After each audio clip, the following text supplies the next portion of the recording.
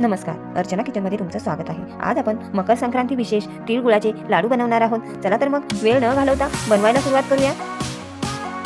तीळ घेतलेले आहेत मी 1 कप गूळ घेतलेला आहे. प्रमाण सेम आहे. साजूक तूप, बेकिंग सोडा, इलायची. सुरुवातीला तीळ भाजून घेऊया. हे तीळ कढईमध्ये टाकते.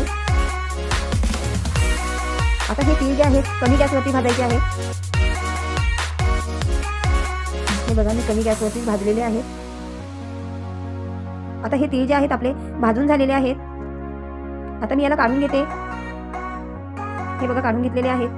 आता या ताटाला तूप लावूया आणि याला बाजूला ठेवून देऊया. आता कढईमध्ये तूप टाकायचं आहे. याला मिक्स करून घेऊया. याच्यामध्ये गूळ टाकायचा आहे. गुळाला आणि तुपाला मिक्स करून घेऊया. आता याच्यामध्ये आपल्याला 2 चमच पाणी टाकायचं आहे. जास्त नाही, 2 चमच टाकायचं आहे. आता पूर्णपणे गूळ विरघळून घेऊया. हे बघा, हा गूळ जो आहे तो विरघळलेला आहे. आता थोडंसं हलवायचं आहे याला. हे बघा, छान अशा बुडबुड्या यायला लागल्या त्याला. आता एका वाटीमध्ये आपण टाकून बघूया झाला की नाही तो. हे बघा, थोडंसं असं होऊ द्यावं लागते. थोडंसं असं, जास्त नाही. आपल्याला कडक नाही करायचं आहे, नरमच ठेवायचं आहे, पण अति नरमही नाही ठेवायचं आहे.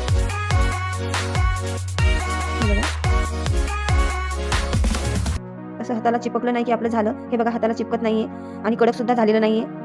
आता याच्यामध्ये आपण तीळ टाकूया.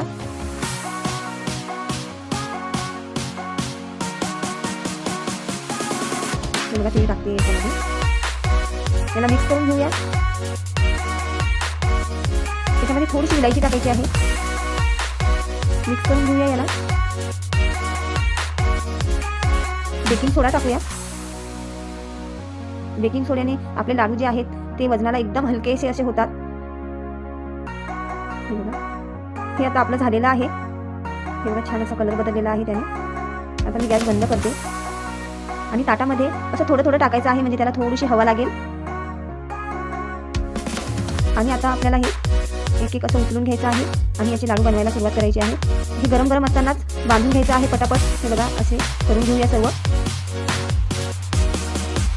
करून घ्यायचे आहे आपल्याला हे. आणि हे असं करून ठेवल्याच्या नंतर एकदम हात सुद्धा जळत नाही आणि व्यवस्थित सुद्धा होतात. आता सर्व करून घेऊया. हे बघा, अशा पद्धतीने आपले तीळ गुळाचे लाडू जे आहेत ते तयार झालेले आहेत. रेसिपी जर आवडली असेल तर लाईक, शेअर, सबस्क्राईब करा. धन्यवाद.